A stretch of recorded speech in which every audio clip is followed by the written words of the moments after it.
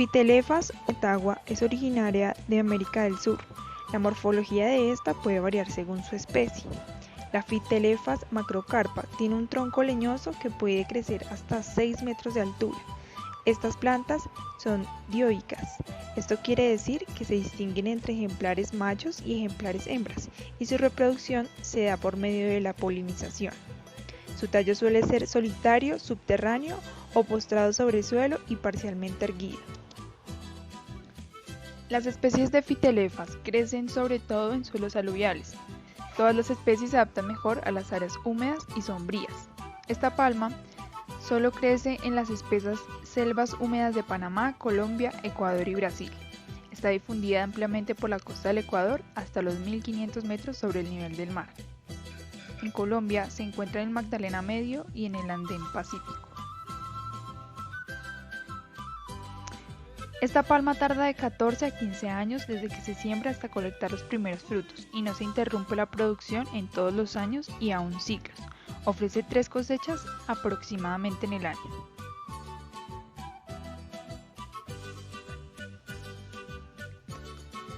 Las palmas de tagua bien desarrolladas producen anualmente de 15 a 16 cabezas, también conocidas como mocochas.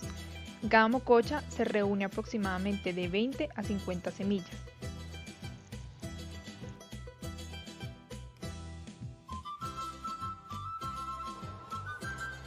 La tagua son las semillas blanquecinas de 6 especies de palmeras Phytelephas. Pueden alcanzar los 9 centímetros de altura y cuando se secan son realmente duras, tan duras que también se las conoce como marfil vegetal. Cuando recién son cosechadas, las semillas albergan un líquido semejante al agua de coco, apto para ser ingerido.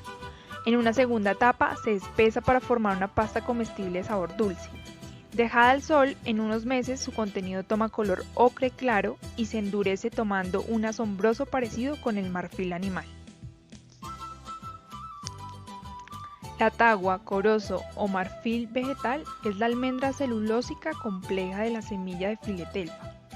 Es de color blanco, ebúrnea, dura, pesada, lisa y opaca. Esta adquiere brillo con el pulimento. Además es inodora e insípida, pero no es elástica ni es corruptible como el verdadero marfil. La estructura poblacional de la tagua varía en función del tipo de hábitat. Crece en los bosques húmedos tropicales de la región del Pacífico, en países como Panamá, Colombia, Ecuador, Perú y Brasil. En las zonas en mención, las plantaciones están generalmente ubicadas en zonas montañosas y húmedas, es decir, en un clima subtropical. En Colombia se pueden encontrar en el Bajo Magdalena, la costa pacífica y en la subregión del Urabá.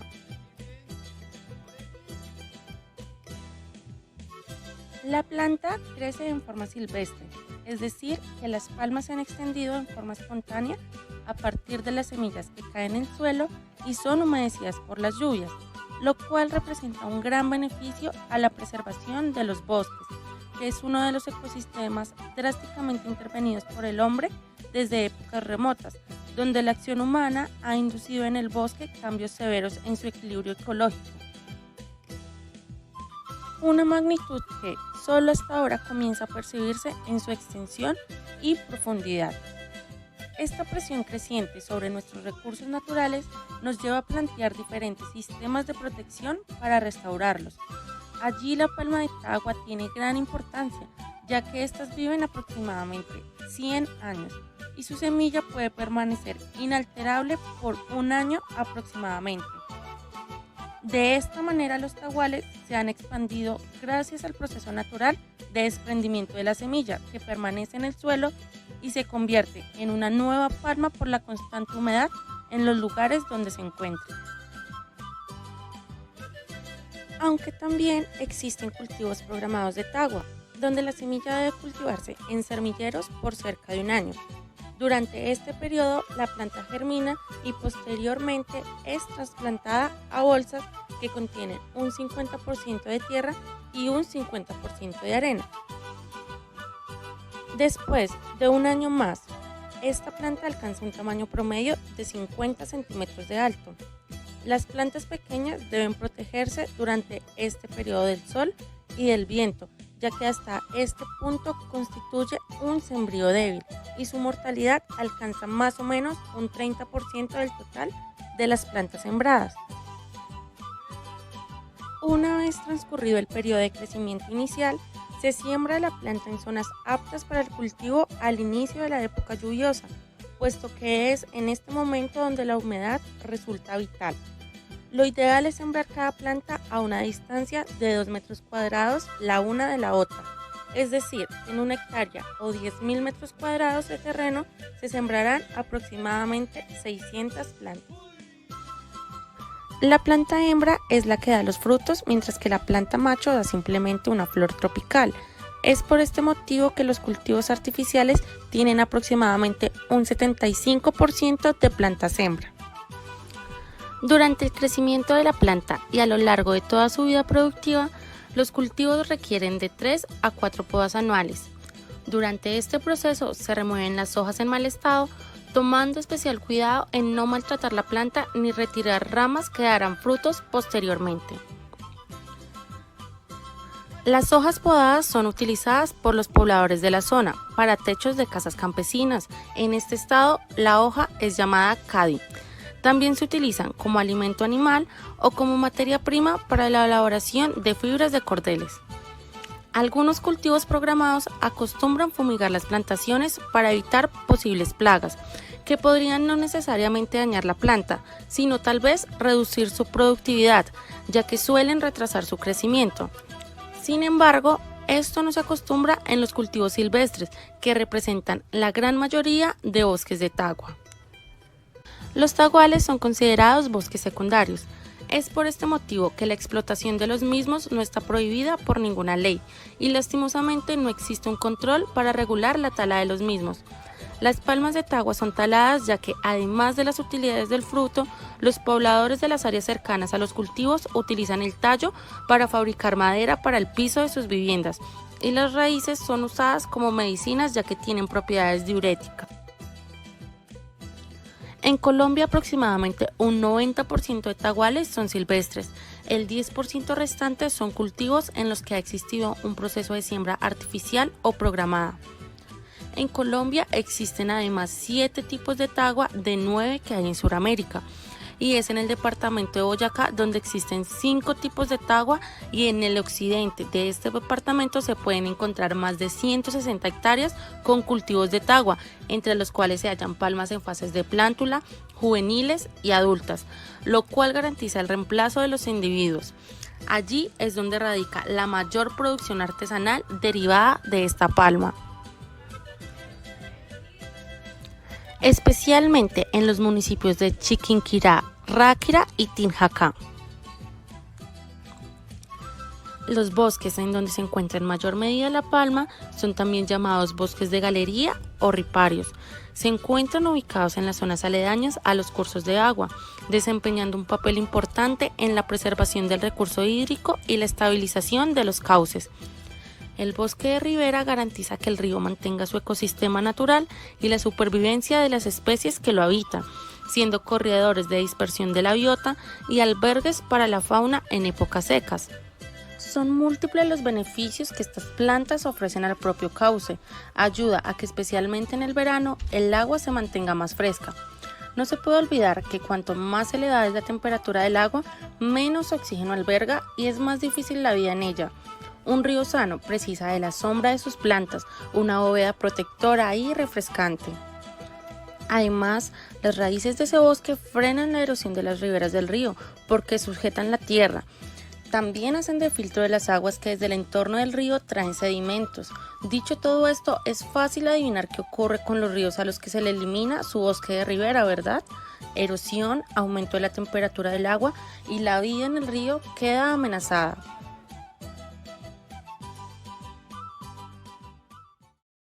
La palma de la tagua es oriunda del bosque húmedo, pero sus semillas han sido trasladadas al altiplano, en donde los artesanos de Boyacá desarrollaron una tradición de talle desde hace más de 100 años. Probablemente desde el siglo XIX inicia a transportarse la semilla de tagua por el río Magdalena desde la depresión Momposina, denominada entonces marfil vegetal por su textura y dureza.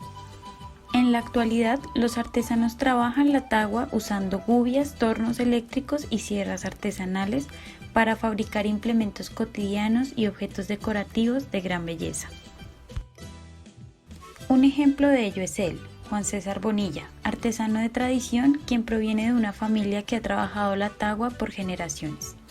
Su taller, ubicado en Tinjacá, departamento de Boyacá, en el altiplano andino, lo componen él, su esposa Julia Patricia Vergara, maestra en artes plásticas, y sus 2 hijos, quienes gozan de un saber artesanal de más de 80 años. Juan César aprendió el arte por herencia de su padre, Orencio Bonilla Vargas, fundador de la fábrica de artesanías en Tagua, y esta es la historia que nos cuenta acerca de este material único.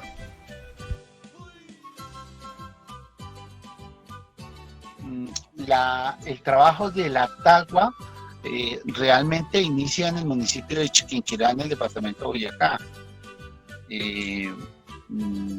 Los 2 o 3 trabajos de antropología que han hecho sobre la tagua, uno de Enrique Mendoza, otro de Mónica Ceballos, antropólogos, establecen que fue en Chiquinquirá donde se inicia el trabajo de la tagua en Colombia, y han tomado por referencia, muy seguramente por el oficio que se manejaba en su momento dado, que era la carpintería y el torno de madera, y toman como referencia a mi abuelo paterno. Mi abuelo paterno se llamó Orencio Bonilla Vargas, y obviamente pues él ya con el conocimiento que tenía del manejo del torno en madera, que en su momento dado eran tornos de cimbra, no eran tornos eléctricos como los que tenemos hoy en día. Y ahí se empieza a desarrollar un trabajo que con el paso de los años, pues la artesanía de la tagua ha tenido su conceptualización. El primer concepto que se manejó fue el costumbrismo, y con este concepto pues duraron desde 1912 más o menos hasta 1960. Duraron con el costumbrismo. ¿Qué es el costumbrismo? Pues ellos muy hábilmente desarrollaron técnicas para que de la semilla de la palma de la tagua se pudiesen hacer, por ejemplo, aves. ¿Qué aves se veían en ese momento? Pues ahí en Chiquinquirá, por la cercanía a la laguna de Fuquene, pues garzas y cigüeñas, ¿no? Y todos los patos y todo lo que concierne a la parte de la laguna de Fuquene.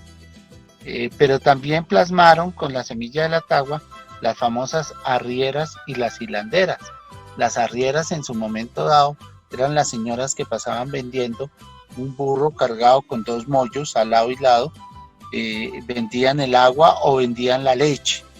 Entonces ellos muy hábilmente empezaron a plasmar eso que ya lo conocemos hoy en día como un trabajo costumbrista. Costumbrismo entonces era plasmar lo que se estaba viendo en el momento. Este oficio fue transmitido a sus hijos, entre ellos a mi padre, y vino una segunda conceptualización que fue la especialización del oficio. Entonces unos se especializaron en hacer burros, garzas, cigüeñas, búhos, otros se especializaron en hacer trompos, turras, pirinolas, cocas, otros se especializaron en hacer piezas en miniatura con muy buena precisión, aprovechando la dureza y las propiedades que tiene la tagua. Y para el caso de Tinjacá, pues realmente el oficio se viene de Chiquinquirá para Tinjacá cuando mi padre sale pensionado de una entidad financiera y se radica en Tinjacá. Y a él le pareció muy interesante traer su torno de Chiquinquirá, montarlo acá en Tinjacá y empezar a trabajar, con la grata sorpresa de que siempre estos municipios del Alto Ricaurte pues han estado tan bien ubicados que sin querer queriendo se vino conformando una ruta, la ruta una de las rutas más importantes que hay en el departamento de Boyacá para el turismo, que es la ruta del Alto Ricaurte. ¿Quiénes somos el Alto Ricaurte? Somos Ráquira, Tinjacá, Sutamarchán, Sáchica, Villa de Leyva, Santa Sofía y Gachantibá. Todos estos municipios que les acabo de nombrar se separan uno del otro en carro a máximo a 20 minutos. Están entre 5 y 20 minutos de distancia. Entonces es un corredor muy importante porque pues ustedes pueden ver todo el oficio tradicional de estos municipios en un día. Por eso es que la tagua llega aquí a Tinjacá. ¿Y por qué se toma como referencia la tagua de Tinjacá también? Pues casualmente, pues por el simple hecho de venir de tradición de familia, la tagua se vino como estratificándolo en el sentido del trabajo, no en el sentido económico. Entonces, quienes mejores transformaban la semilla de la tagua, pues obviamente empezaron a tomar a mi papá por su delicadeza en la transformación de la semilla. Mi papá luego recibe, es de los primeros artesanos en Colombia en recibir la medalla a la maestría artesanal. Ese es un galardón que otorga Artesanías de Colombia conjuntamente con el Ministerio de Desarrollo Económico. Entonces mi papá se convierte en los primeros maestros artesanos de este país. Y eso pues hace que nos hace volver responsables frente a ese simple hecho, ¿no? Entonces no podíamos desmejorar la calidad de los productos que se venían haciendo. Yo retomo acá en la localidad de Tinjacá el trabajo de mi papá hace ya 30 años. Y bueno, pues hubo la fortuna también de haber pasado por la universidad, de haber estudiado, y entonces empezamos como a aplicar también conceptos para que ayudaran a revivir todo el tradicionalismo de la artesanía de la tagua, y pues eso nos permitió escalonar en el ranking de la artesanía nacional. De la semilla de la tagua a la artesanía. Primera fase, fase de cosecha y procesamiento del fruto. La primera cosecha del fruto de la palma de tagua se da cuando la planta tiene de 14 a 15 años. La cosecha se realiza de manera manual. Lo realizan los finqueros con machetes, cortando los tallos de la palma. Cortan los racimos o piñas con machete y cuchillo.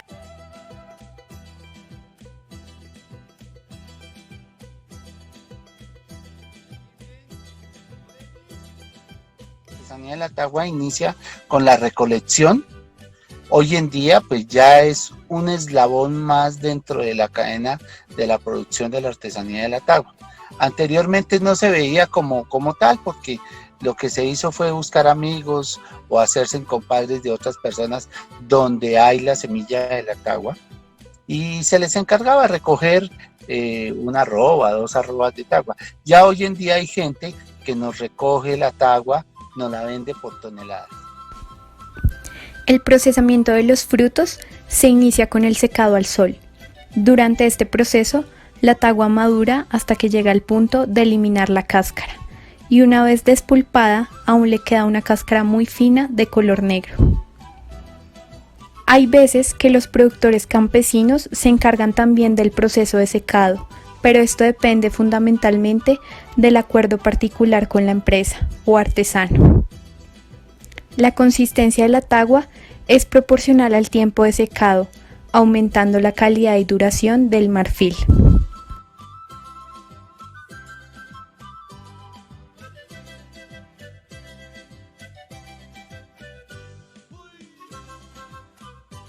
Una vez es recogida, por regla general, la semilla que compramos, si hoy me llegase a mí una tonelada, esa tonelada pasa a uno de los espacios que tenemos en nuestro taller o en nuestra casa, a ser almacenada mínimo por 1 año. Esa tagua no la tocamos hasta que no tenga como mínimo 1 año de secado. Segunda fase, Fase de transformación de materia prima a producto terminado, elaboración de artesanías. Esta fase depende del producto de tagua que se pretenda comercializar o del nivel de industrialización que este producto requiera.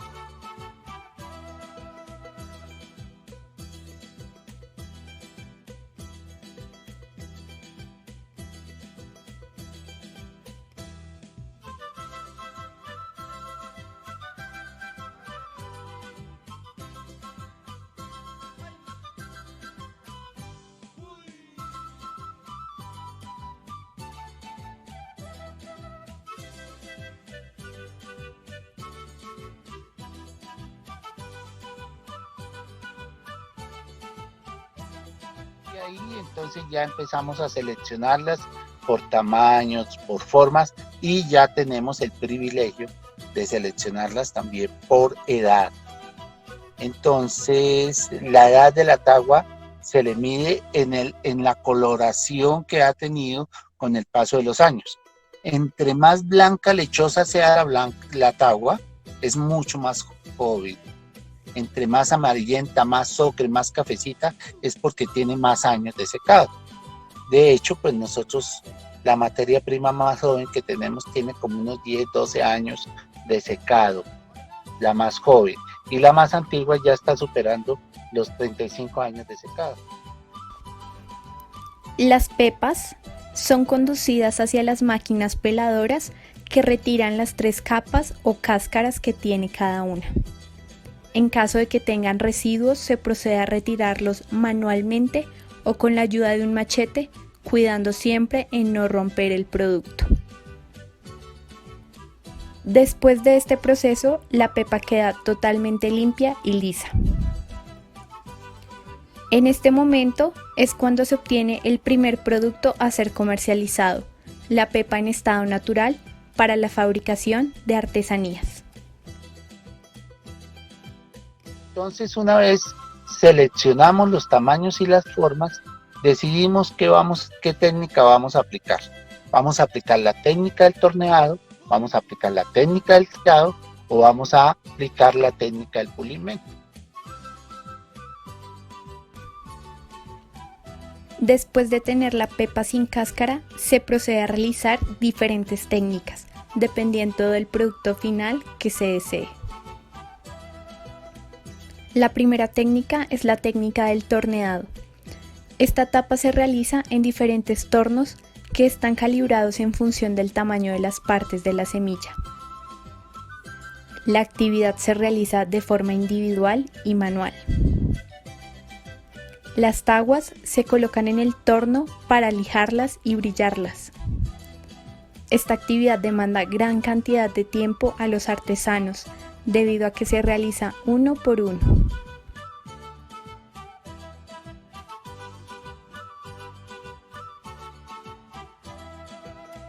Entonces la técnica del torneado es con un esmeril acoplado para tornear, en donde hay que adicionarle al esmeril una pieza fundamental que se llama tiento o guía, y las herramientas que utilizamos son prácticamente las mismas que se utilizan para el torno de madera, solo que los calibres para nosotros son en menor escala. ¿Qué herramientas son? Cubias, formones, limas, fresas, brocas y mandriles. Segunda técnica, tallar la tagua. Aquí se talla lo que se desee en la pepa de la tagua o en cortes de la tagua. Se ayudan con algunas herramientas, debido a que la talla manual no es muy valorada.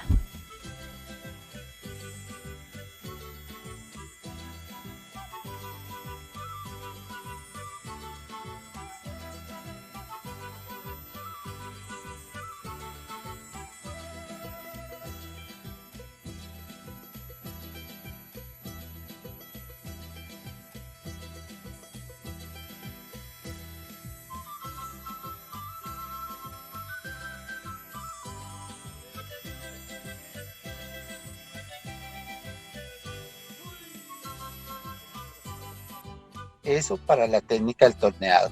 Para la técnica de la talla, entonces ya las gubias y los formones para hacer cortes, las fresas, si queremos utilizar ya motortules, por ejemplo, que nos ayudan a agilizar mucho en una talla, porque una talla hecha a mano pues es muy demorada y no lo valora realmente.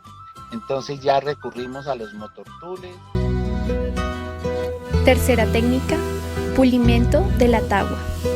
Aquí se lijan las asperezas y se da un acabado final a la artesanía.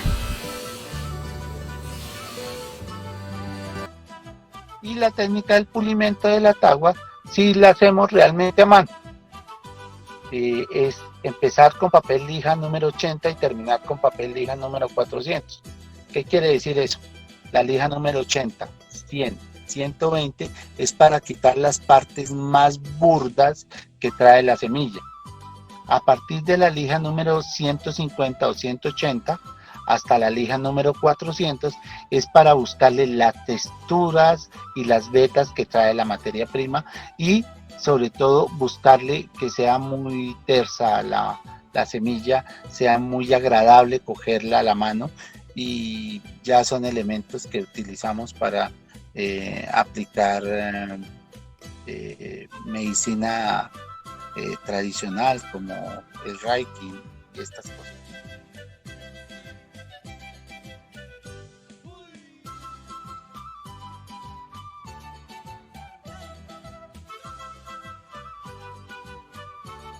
El proceso de teñir la tagua.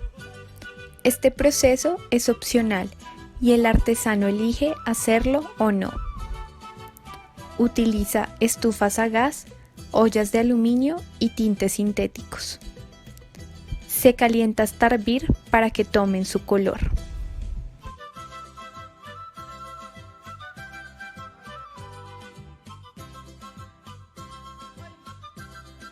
La tagua en Chiquinquirá se empezó a tinturar más o menos en los años 50, años 40, años 50, y se utilizaban anilinas naturales con alcohol industrial. Entonces te podrás imaginar el día que esta gente empezaba a pintar palmeras, duraban 8 o 15 días con todas sus manos verdes, ¿no? Porque el alcohol industrial penetra mucho en la piel y era la manera de tinturar la tagua en esa época.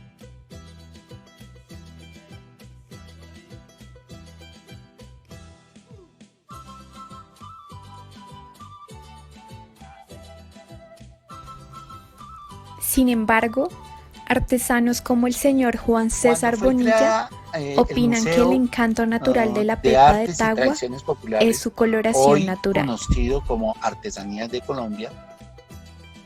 Una de las primeras tareas que ellos hicieron fue cambiarle el chip a los artesanos para que no siguieran tinturando la tagua en vista de los colores, los brillos y las texturas que traían naturalmente, ¿no? Entonces fue muy importante porque nos enseñaron a ver realmente la belleza y la riqueza natural que tiene la semilla.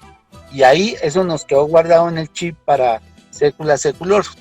Lamentablemente hace más o menos unos 20, 22 años, 25 años, a Colombia llegó una fábrica de botones y se estableció en Bogotá, de botones de tagua. Esta empresa lo que primero hizo fue empezar a producir botones masivamente de colores y empezó a conquistar el mercado, y luego empezaron a salir los collares, los llaveros, todas estas cosas que vemos de tagua tinturada.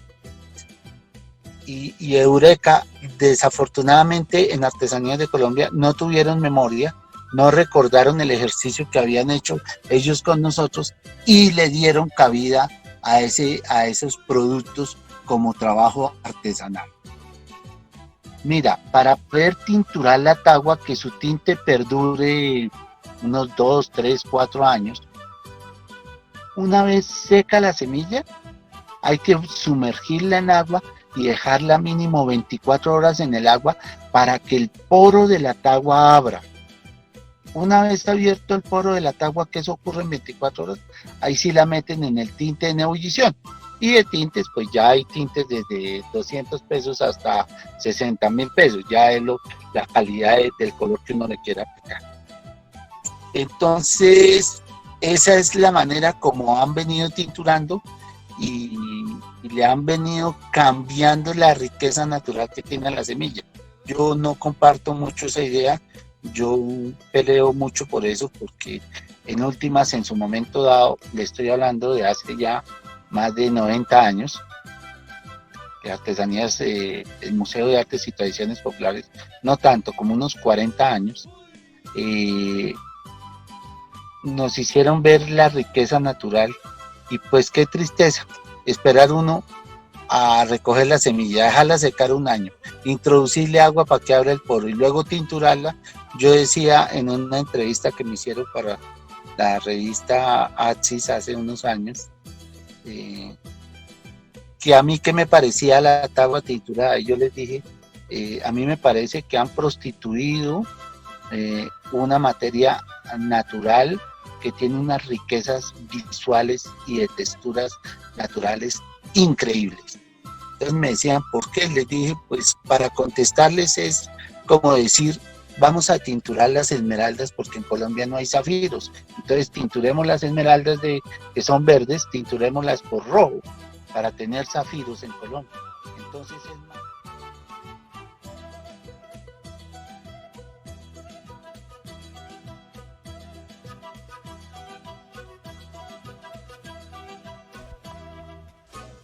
A medida que pasan las generaciones, los artesanos se especializan en diferentes productos artesanales y técnicas.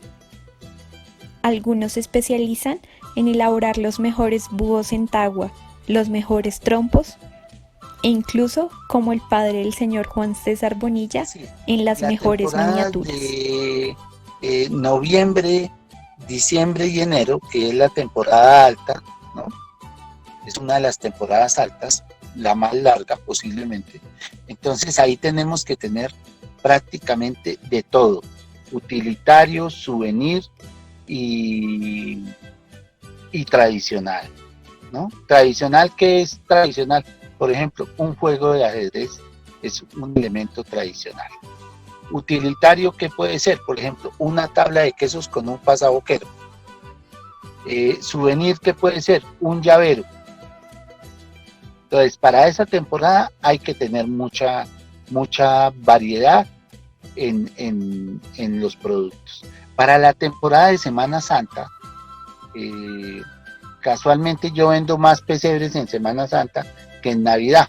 Seguramente la gente ya se tiene en su mente empezar a comprar pesebres desde mucho tiempo de antelación y no esperarse a que llegue diciembre. Entonces yo ya tengo detectado que en Semana Santa vendo muy bien los pesebres. En la temporada de mitad de año, que es cuando vienen los muchachos, cuando vienen grupos de universidades a tomar charlas con nosotros o a conocer la zona o a hacer algún recorrido de la zona, entonces ahí ya tenemos cosas que ellos vean un poco más funcional, ¿no? Eso es, pero lo que más se vende ahorita o se vendía antes de la pandemia, hay un producto que lo descubrimos, yo hago talleres con comunidades indígenas y con comunidades negras en el Pacífico y vine encontrando que la tagua para ellos es una cosa muy espiritual, es muy transformadora y por ejemplo el simple hecho de pulir la semilla de la tagua podemos ayudar a cambiarle la energía a una persona. Ese negativismo en el cual vivimos lo podemos cambiar a base de la tagua. La tagua es un puente de energías muy importante que lo aprendimos a manejar.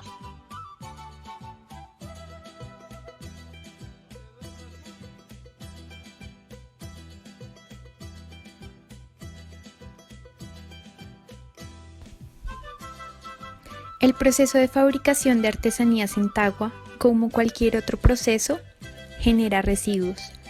Pero el artesano Juan César Bonilla y su esposa Julia Patricia Vergara, quien es artista plástica, han tenido como motivación más grande el máximo aprovechamiento de recursos.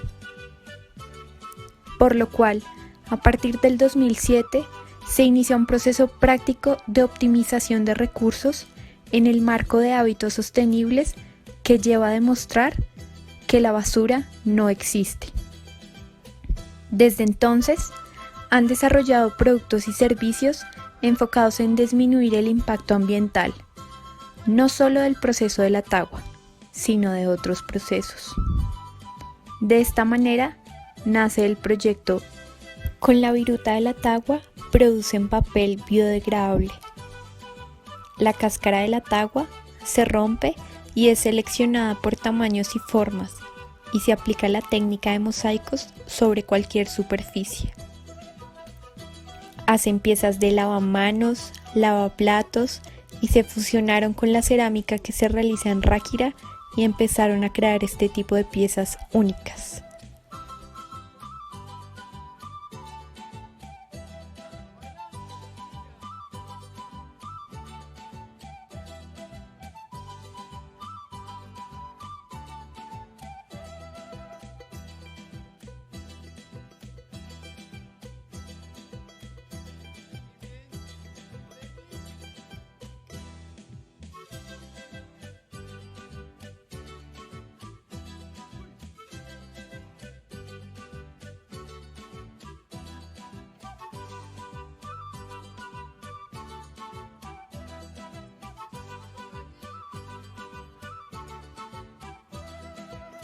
Las generaciones han establecido conceptos, ¿no? Entonces la primera generación fue el concepto de el costumbrismo. La segunda generación fue el concepto de imprimir color y de explorar las miniaturas con la semilla. La tercera generación, que soy yo en este momento, lo que intenté explorar mucho fue el concepto de que la tagua fuese utilitaria, ¿sí? Que fuera más del común. Entonces, por decir algo, ¿cómo es utilitaria? ¿Qué hizo usted para ser utilitaria? Por ejemplo, hacemos cucharas. Una cuchara se utiliza todos los días, o para comer arequipe, o para servir la sal, o para servir la miel, ¿sí? Ahí convertimos la materia prima en un objeto utilitario.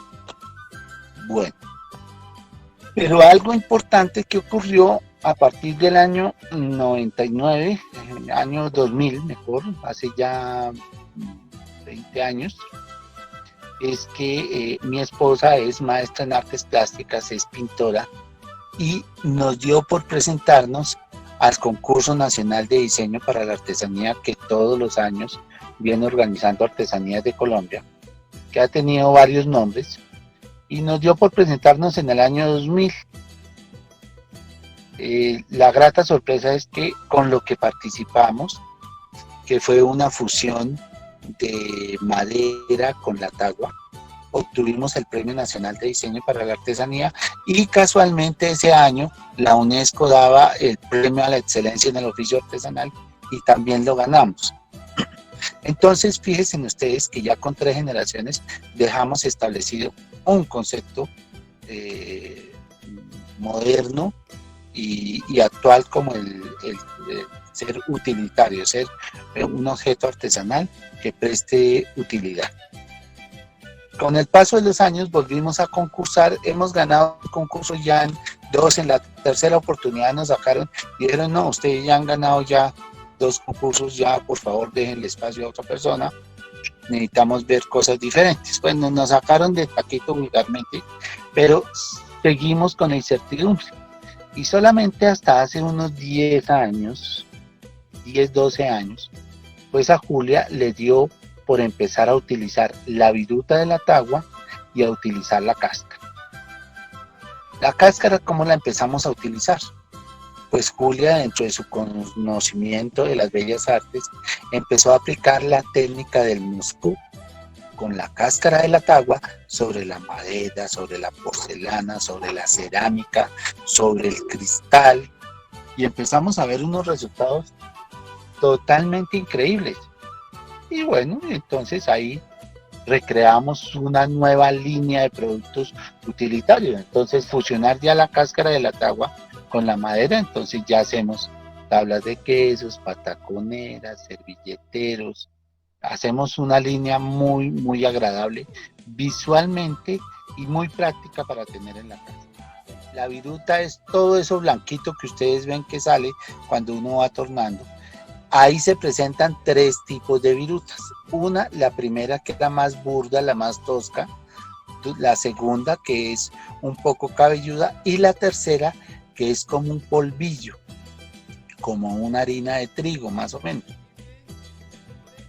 Y Julia le dio por empezar a utilizar estas 3 virutas para hacer ecomasas.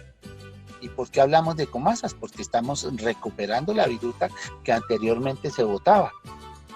Y hoy en día pues tenemos ecomasas para ajustarle a la madera, a la cerámica o al vidrio, y tenemos también papel hecho con la viruta de la tagua.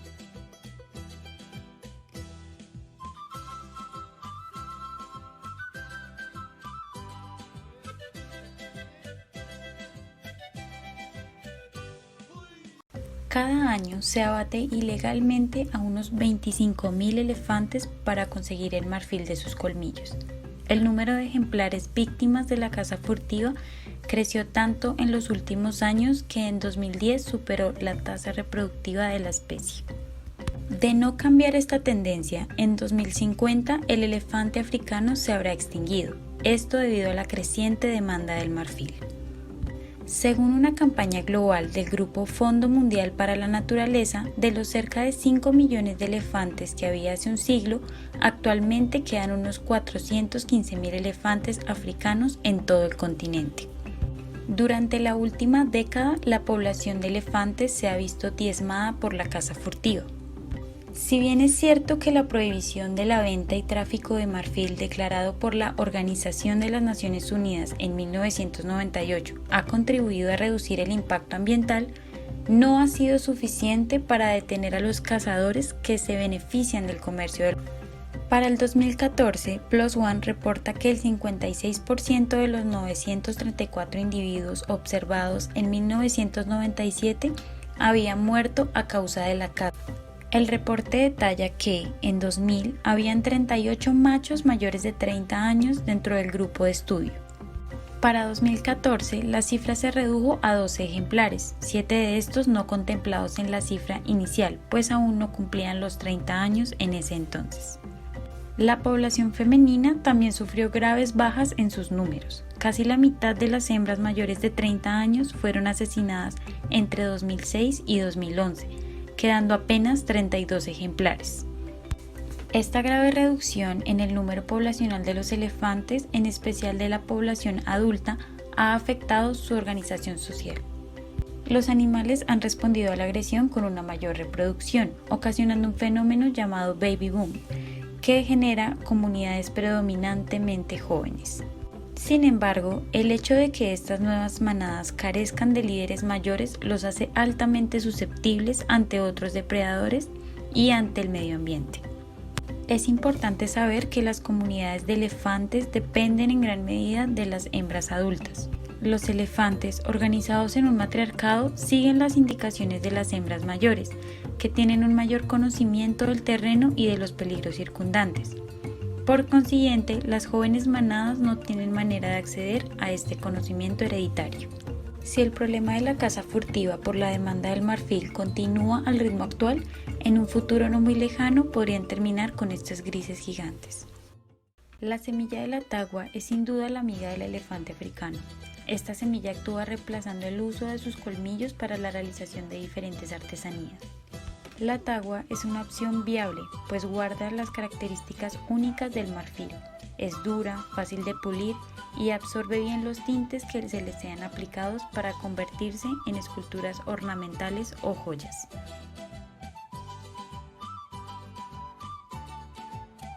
La diferencia de precios entre los dos materiales es marcada.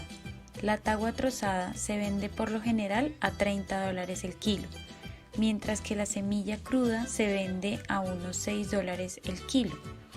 En contraste, un kilo de marfil puede valer hasta $1000 en China, uno de los países con mayor demanda de este material. Aunque se intenta incursionar en el mercado de China, la tagua se enfrenta a dos dificultades en ese país. La primera es que incluso la semilla de tagua más larga es más corta que un colmillo de elefante promedio, lo cual limita el tamaño de los objetos que se producirán a partir de ese material. Y la segunda es que la tagua no es tan exclusiva como el marfil. Pese al panorama, la tagua se ha convertido en un material conocido a nivel mundial por su belleza artesanal. Sus propiedades, con estrechas semejanzas a las del marfil, permiten generar piezas admirables a nivel estético y técnico, hecho que sin duda alguna podría representar la salvación de los elefantes africanos actualmente perseguidos a causa de la demanda del material.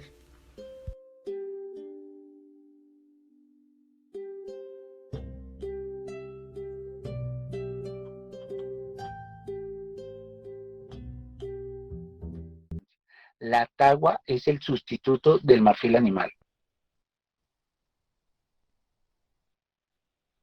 Entonces, imagínense ustedes que Colombia es rica en este material, se pierde la tagua en Colombia, no hay quien la recolecte, no hay personas de ciento que nos estén recogiendo la tagua, por una sencilla razón, porque como nos siguen viendo a los artesanos, o como el rezago del hipismo, los cachumberos marihuaneros, o porque realmente nos han bombardeado tanto que estamos perdiendo la identidad tanto de los recursos como de la materia humana de los cultores que somos nosotros.